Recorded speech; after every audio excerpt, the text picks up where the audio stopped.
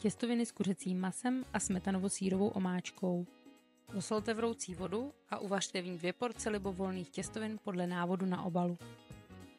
Nakrájejte na jemno 1 cibuli, stroužek česneku jemně rozdrťte a nakrájejte ji na tenké plátky. 250 g kuřecích prsou nakrájejte na menší kousky nebo nudličky.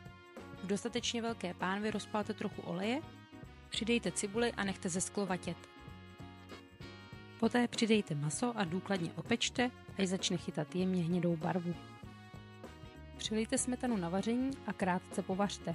Přisypte nastrouhanou nivu či podobný sýr s modrou plísní. Sýr nechte zcela rozpustit.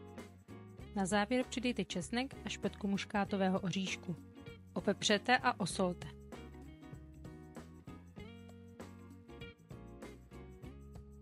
Uvařené a scezené těstoviny vsypte do omáčky. Dobře promíchejte a podávejte.